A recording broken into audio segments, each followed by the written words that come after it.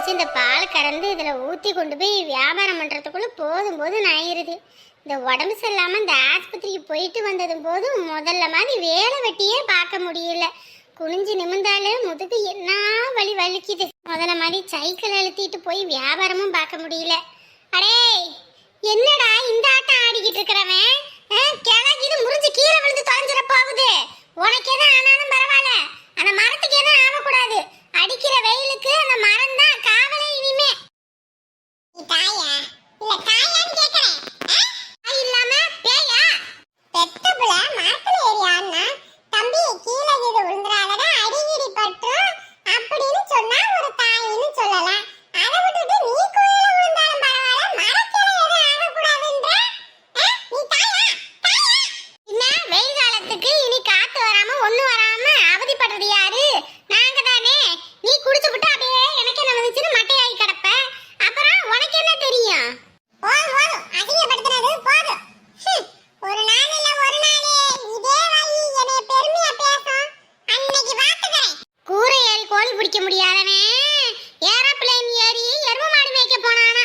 அந்த கதை தான் உன் கதை. எப்பா ஆறுமுகம் அங்க வா சாமி. பெத்த புள்ளைய சாமின்னு என்னைக்காவது ஒரு நாள் கூப்பிட்டுருக்கு. அவனை மட்டும் சாமி ஐயா கண்ணு செல்லம். இருக்கட்டும் இருக்கட்டும். கடைசி காலத்துல கட்டையில போகும்போது நான் தானே கொல்லி வைக்கணும். அப்ப பாத்துக்கிறேன். அம்மா சொல்லுங்கம்மா. ஐயா இந்த பாலை கொண்டு போய் ஊத்திட்டு வந்துடுறியா? சரிங்கம்மா. முதல்ல பால் ஊத்துறது ஜானகி வீட்டுக்கு போ. அவங்க வீட்டுல 2-3 நாளா பால் வேற லேட்டா வர்றதுனால அவ சத்தம் போட்டா. என் மாமியார் தொல்லை தாங்க முடியலடி. காலையில எந்திரிச்சா காப்பி தண்ணி குடிக்காம வெளியே போக மாட்டேங்குதுன்னு சொல்லிட்டு ஒரே பஞ்சாயத்து பண்ணிடுது. என் புருஷங்கார வேற இப்பதான் வெளிநாட்டுல இருந்து வந்திருக்காரு. துபாயில வேற குண்டு போட்டுக்கிட்டு இருக்காங்க. இதுல வேற இவரு வேற இப்படியே ஏதாவது ஒண்ணு பண்ணிக்கிட்டு இருந்தீங்கன்னா நான் போய் சேர்ந்தாலும் பரவாயில்ல நாங்க போயிருவேன்னு சொல்லிட்டு இருக்காரு. சீக்கிரம் கொஞ்சம் பாலை கொண்டு வந்து ஊத்தம்மா அப்படின்னு சொல்லி காலையிலே போன் அடிச்சுட்டா.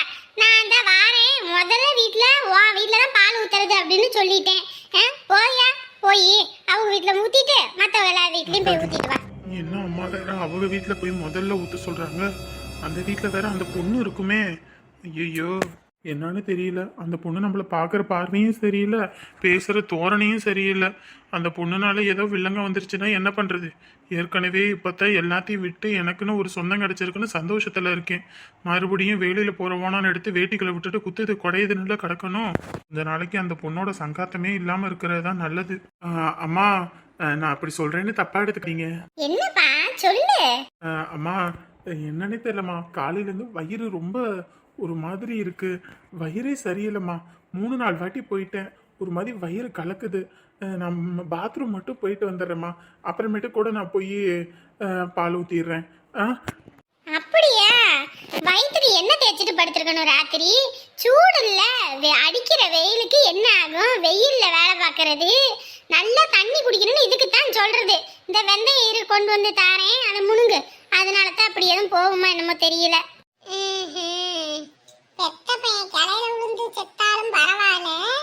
ஆனா அவன் செய்தா லூசு மோசம் போறேன்னு சொன்னதுக்கு எங்க அம்மா வைத்தியம் சொல்றத வார்த்தைகளா? கலிகால. சரிப்பா, உடம்பு முடியலன்னா இதோட எங்கிட்டு போவ? நீ போ. நான் அந்த தடி மாடு இருக்கேன், நான் அவனை ஏதோ அனுப்பி வைக்கிறேன். சரிங்கம்மா. அவங்க வீட்டுக்கு மட்டும் முதல்ல பால் ஊத்திட்டு வந்துடட்டும். நான் அப்புறம் கூட போயிட்டு மாத்தி விட்டுறேன். இருக்கட்டும். உடம்பு முடியலனோட இதோட எதுக்கு நீ அலைஞ்சிட்டு கிடக்கணும்? இது தண்டத்துக்கு தானே கிடக்குது. 3 நேரம் திங்கிற சோத்துக்காவது ஒரு வேலை வெட்டி பார்க்கட்டும். இல்லம்மா, ஒரு 10 நிமிஷம் தான், நான் போயிட்டு வந்துடுவேன். அதுக்குள்ள போயிட்டு அவங்க வீட்டுல மட்டும் பால் ஊத்திடட்டும். நான் அப்புறம் மாத்தி விட்டுக்கிறேன். சொன்னா நீ கேட்க மாட்டேன். சரியா, போயிட்டு வா. டேய் தடிமாடே, தடிமாடா இங்க வா. இத கொண்டு போய் ஊத்திட்டு வா. இன்ன வரைக்கும் அவனை சாமி செல்லம் கொல்லன்ற, ஆனா என்னைய மட்டும் தடிமாடுன்ற. அப்புறம் 10 சம்பாரிச்சு கொடுத்தா அவனை ஏதாவது செய்ய சொல்லலாம். நீ சம்பாதிக்கிறது மொத்தத்தையும் கவர்மெண்ட்டுக்குள்ள பணம் கட்டிக்கிட்டு உட்காந்துருக்க. அப்புறம் உனக்கு இந்த மரியாதை தான் கிடைக்கும். வா, இந்த வேலையாவது செய்யு. திங்கிற சோத்துக்கு பெத்தவங்களுக்கு ஒரு பிரோசனமாவது இல்ல. இதையாவது செஞ்சு கொஞ்சமாவது புண்ணியத்தை சேர்த்துக்க. அவனுங்க தங்கா வயிறன்னு கொஞ்சற, அவனே எடுத்து போய் ஊத்த சொல்லு. என்னால முடியாது. ஏண்டா அவன் தான் வயிறு சரியில்லைன்னு சொல்றான்டா. இல்லன்னு வையி, எள்ளுனா என்னையா நிப்பான். ஆமா, அவன் எள்ளுனா என்னையா நிப்பான்.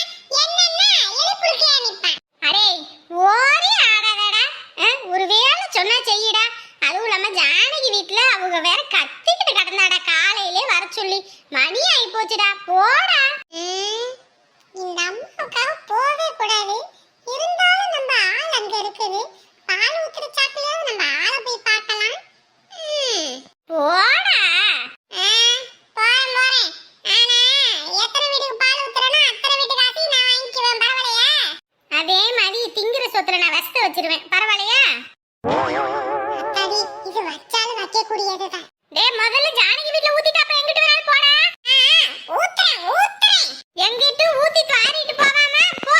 ஆமா, புள்ள வயிறு சரியில்லைன்னு சொன்னா என்னன்னு தெரியல. வேற கை எது நீவி பாப்போமா, குடல் எது இறங்கியிருக்க என்னன்னு தெரியல. என்னன்னு பாப்போம். அண்ணி, உங்களுக்கு ஏபிசி ஜூஸ் போட்டு எடுத்துட்டு வரட்டுமா? ஐயோ, அதெல்லாம் வேணாம் உமா. உனக்கு எதுக்கு சிரமம்? என்னையவே ஒரு வேலையும் செய்ய விட மாட்டேங்கிற. இதுல இது வேற அது இதுன்னு பண்ணிக்கிட்டு எனக்கு ஒன்றும் வேணாம். ஓஹோ, அத்தை நேத்து என் கையால எதுவுமே சாப்பிடக்கூடாது வைக்கக்கூடாதுன்னு சொல்லிட்டாங்க. அதனால என் கையில நீங்க சாப்பிடக்கூடாதுன்னு முடிவு எடுத்திருக்கீங்க, அப்படிதானே? ஐயோ உமா, அந்த மாதிரிலாம் ஒன்றும் கிடையாது உமா. தெரியும் அண்ணி, தெரியும். நான் ஒரு காலத்துல வீம்பு பிடிச்சவள இருந்தேன் தான். அதுக்குன்னு இப்பயும் அப்படியே இருப்பேன்னு நீங்க நினைக்கிறீங்க. சரி விடுங்க. நான் உங்களெல்லாம் வேணும் வேணும்னு வர்றதுனால தானே என்னை வெறுத்து ஒதுக்குறீங்க. ஐயோ உமா, உன்னை நான் என்னைக்கு அப்படி நினைக்கல. என் கூட பிறந்த ஒரு பொறுப்பாக தான் உன்னை நினைக்கிறேன். என் ஆத்தனாரா கூட நான் நினைக்கல, தெரியுமா? நீ என் மேலே இவ்வளோ அன்பாக இருக்கிறத நினைக்கும் போது எனக்கு அவ்வளோ சந்தோஷமா இருக்கு. உங்ககிட்ட நான் எதிர்பார்த்ததே இதுதான். நீ என் மேலே இவ்வளோ அன்பு வச்சிருக்கும் போது நீ எனக்காக எதுவும் செய்யணுன்ற அவசியம் கூட இல்லை. இந்த அன்பு மட்டுமே எனக்கு போதும். அப்படின்னா நான் போட்டுட்டு வரதும் நீங்க குடிக்கணும். இல்லைன்னா அப்புறம் நான் பேசவே மாட்டேன், பார்த்துக்குங்க. அப்படி நீங்க இருக்குது பிடிக்கலன்னா சொல்லுங்க, நான் வீட்டை விட்டே போயிடுறேன். ஐயோ உமா, என்ன பேசிக்கிட்டு இருக்க? அப்புறம் அத்தைக்கு எனக்கு கண்டாலே பிடிக்கல. இப்ப நீங்களும் நான் போட்டு வரேன்றேன் வேணான்றீங்க. ஐயோ, நீ எல்லா வேலையும் செஞ்சுக்கிட்டு கஷ்டப்படுற. எதுக்கு இதுவும் உனக்கு தனி சிரமம்னு தான் நினச்சேன். மற்றபடி நான் உன்னை எதாவும் யோசிக்கல, தெரியுமா? இப்போ உனக்கு என்ன? எனக்கு இந்த ஏபிசி ஜூஸ் போட்டு தரணும், அவ்வளோதானே? உன் விருப்பப்படி போட்டு கூட நான் குடிக்கிறேன். அண்ணி, இப்போ எனக்கு எவ்வளோ சந்தோஷமா இருக்கு தெரியுமா? உங்ககிட்ட நான் எதிர்பார்த்ததே இதுதான். நீங்க என்கிட்ட இப்படி அன்பா இருக்கணும். உங்களுக்கு என்ன வேணும் ஏது வேணும் உரிமையோட கேளுங்க அண்ணி. சரி உமா. ஏபிசி ஜூஸை அப்படியே வெறுமனையை குடிச்சா உங்களுக்கு ஒரு மாதிரி இருக்கும். நான் வேணா கொஞ்சோண்டு சக்கரை போட்டு வரட்டுமா? உன் விருப்பம், எதை போடணும்னு நினைக்கிறியோ போடு. சரிங்க அண்ணி. அடியே, இப்போ உனக்கு சுகரு போடுறேன். அதுக்கப்புறம் உன்னை வீட்டை விட்டு துரத்துறதுக்கு பெரிய ஒரு வேட்டா போடுறேன். அப்போ நீயும் சரி உங்கள் ஆத்தாலும் சரி என்னை பேசின பேச்சுக்கு என்னை இப்போ வேலை வாங்குற வாங்குக்கு மொத்தத்துக்கும் சேர்த்து ஆப்பு வைக்கிறேன்டி. சத்தியமா நம்ம உமாவா இப்படியெல்லாம்னு எனக்கு ஆச்சரியமா இருக்கு. நம்ம தம்பி பொண்டாட்டி இந்த அளவுக்கு நம்ம மேல உரிமையோட அன்பா இருக்கிறான். இதை பார்க்கும்போது எவ்வளோ சந்தோஷமா இருக்கு. இதே மாதிரி காலத்துக்கும் இருக்கணும்.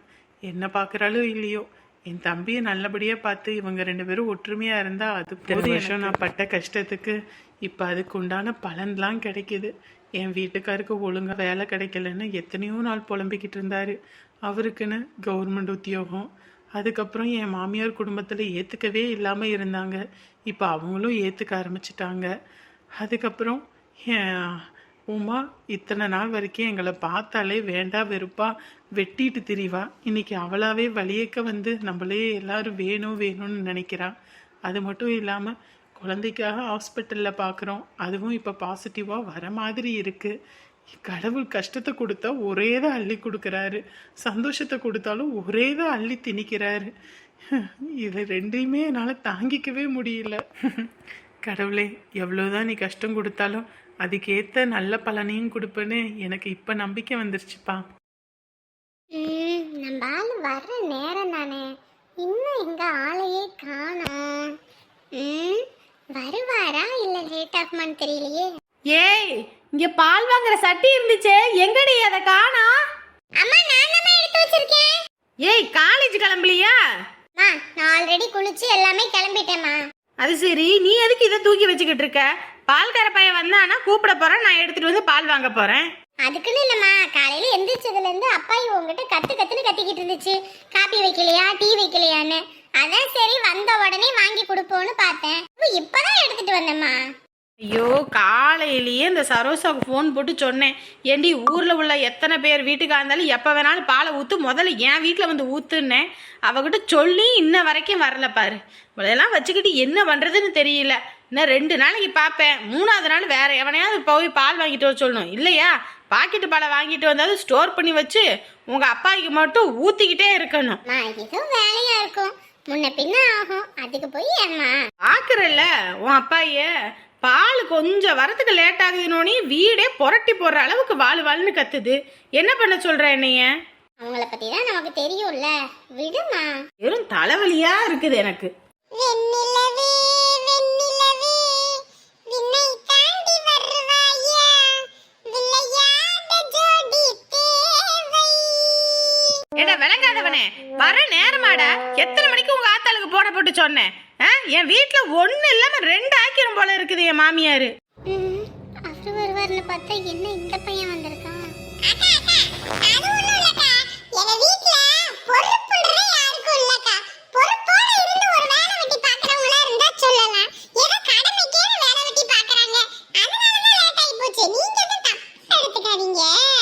இங்க பாரு, இதுக்கு அப்புறமேல நான் பார்க்கலாம் மாட்டேன்.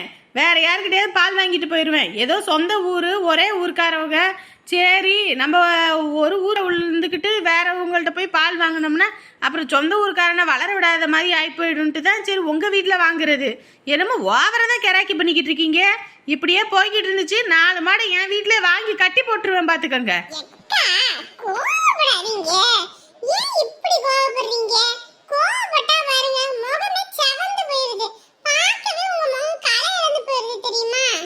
அப்படின்ற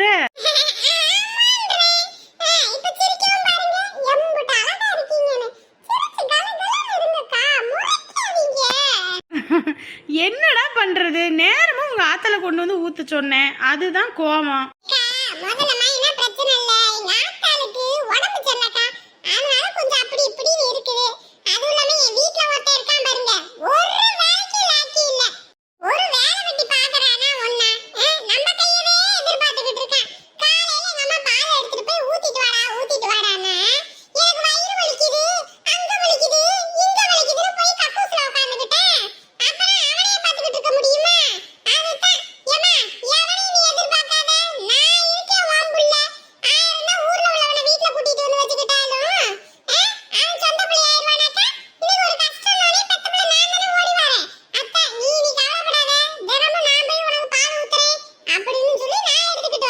சரிடா, பாலை ஊத்திட்டு போ. சரிக்கா சரிக்கா. எத்தனை லிட்டர் வேணும்? 1 லிட்டர். இன்ன வரைக்கும் இந்த பொண்ணு சிரிச்ச மாதிரி இருந்துச்சு, இப்போ என்ன இந்த மரம் முறைக்குது?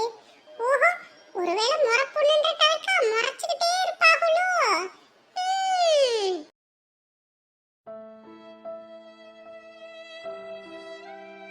ஏய் ஏய் என்ன ஆச்சு? ஏய் என்ன ஆச்சு? முடியலடா எனக்கு, சத்தியமா வாழவே பிடிக்கலடா எனக்கு. ஏய் லூசு, என்ன வார்த்தை பேசிட்டு இருக்க? நான் வாழ்றதே உனக்காகடி. என்னை விட்டுட்டு அப்படி போயிருவியா? என்னை விட்டுட்டு அப்படி போகதான் உன்னை விட்டுருவேனா?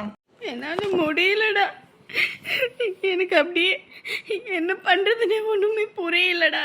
ஏய் லூசு, 1000 பிரச்சனை வந்தாலும் நான் பார்த்துக்க வேண்டி எந்த பிரச்சனையும் ஒன்றை நெருங்க விட மாட்டேன், சரியா?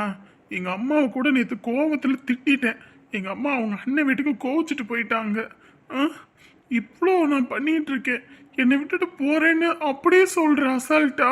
நீ மட்டும் போனேன்னா நான் மட்டும் என்ன உயிரோட இருப்பேன்னு நினைக்கிறியா? நீ போன அடுத்த கணமே நானும் உன் கூடயே வந்துருவேண்டி. என்னடி இப்படி பேசுற? இல்லடா, எனக்கு என்ன பண்றதுன்னே சத்தியமா புரியலடா.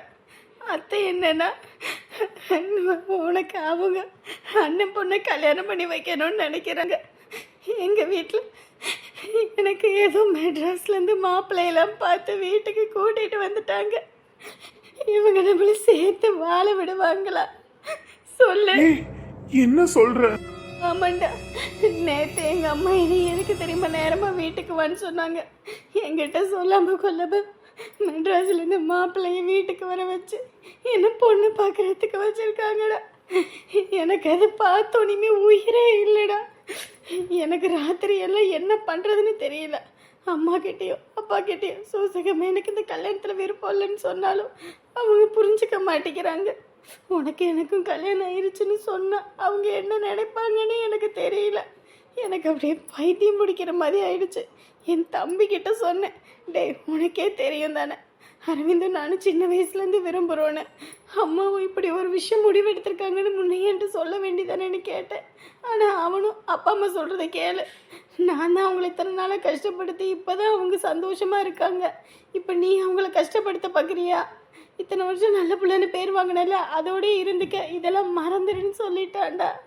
அவனும் எனக்கு சப்போர்ட் பண்ணல. இப்போ எனக்கு என்ன பண்ணுறதுன்னே தெரியலடா. ஷோ, நம்ம 2 பேரும் என்ன வரம் வாங்கிட்டு வந்தோன்னே தெரியல. நம்ம ஒன்று நினச்சா தெய்வம் ஒன்று நினைக்கின்ற மாதிரி நம்ம 2 பேரும் வாழணும்னு நினைக்கிறோம். ஆனால் நம்ம பெற்றவங்க அவங்க இஷ்டத்தை நம்ம மேலே திணிக்கணும்னு நினைக்கிறாங்க. இப்போதான் எங்கள் அம்மாவை அனுப்பிட்டு ஒரு பிரச்சனை முடிஞ்சதுன்னு நினச்சேன், அதுக்குள்ளே இன்னொரு பிரச்சனை. இப்போ என்ன பண்ணுறது? எனக்கு பயமாக இருக்குடா. உன்னைய சத்தியமாக என்னால் விட முடியாதுடா. நீ கட்டின தாலியை சுமந்துக்கிட்ட இன்னொருத்தர் தாலியை என்னால் சத்தியமாக என் கழுத்தில் ஏந்திக்க முடியாதுடா. முடியவே முடியாது. அப்படின்னா உங்கள் அப்பா அம்மா கிட்ட உனக்கு எனக்கு கல்யாணம் ஆயிடுச்சுன்னு சொல்லிடுறியா? ஐயோ, அதை நினச்சாலே எனக்கு ஈரக்குலையெல்லாம் நடுங்குதுடா. இப்போ நினச்சா கூட அதை எப்படி சொல்கிறதுன்னு தெரியல. அப்பாவையும் அம்மாவையும் நீ என்னைக்கு என் கழுத்தில் தாலி கட்டினியோ அன்னையிலேருந்து ஃபேஸ் டு ஃபேஸ் என்னால் பார்க்கவே முடியலடா. ஒரே குற்ற உணர்ச்சியாக இருக்குது. இதில் நான் எப்படிடா? இப்போ என்ன பண்ண போகிறோம் நம்ம? புரியலடா, புரியல. ஒரு வாரம் வெயிட் பண்ணுறியா? ஒரு வாரத்தில் உங்கள் அப்பா வீடு கட்டிடுவார். அதுக்குள்ளே இந்த பிரச்சனைக்குள்ள ஒரு முடிவு கட்டுவோம். ஐயோ, என்னால் என்ன பண்ணுறதுன்னு தெரியலடா. இங்கே பாரு, ஒரே ஒரு விஷயந்தான். நான் உங்கள் அப்பா கிட்ட சொல்லிட்டேல, வீட்டு வேலையை டக்குன்னு முடிக்க சொல்லி. அதுக்கு நான் ஏற்பாடு பண்ணுறேன். எப்படியோ அந்த பாதி வேலை முடிஞ்சிருச்சு. இனி 10% வேலை தான். அது இந்த வீக்கில் முடிஞ்சிடும். அதுக்கப்புறம் யார் என்ன சொன்னாலும் ஏது சொன்னாலும் சரி, நான் உன்னை வீட்டுக்கு கூட்டிகிட்டு வந்துடுறேன். புரியுதா? இப்போ கூட்டிகிட்டு வந்தால் எங்கள் அம்மா டார்ச்சர். உன்னால் நிம்மதியாக இருக்க முடியாது. உங்கள் அப்பா அம்மா கிட்ட கொஞ்சம் டைம் கேளு, சரியா? அதுக்குள்ளே ஏதாவது பண்ணிடலாம். சரிடா. காதல் என்று ஒன்று, அது குழந்தை போல வாயை மூடியலுமே சொல்ல வார்த்தை இல்லை. மஞ்சுளா, மஞ்சுளா, சொல்லுங்க.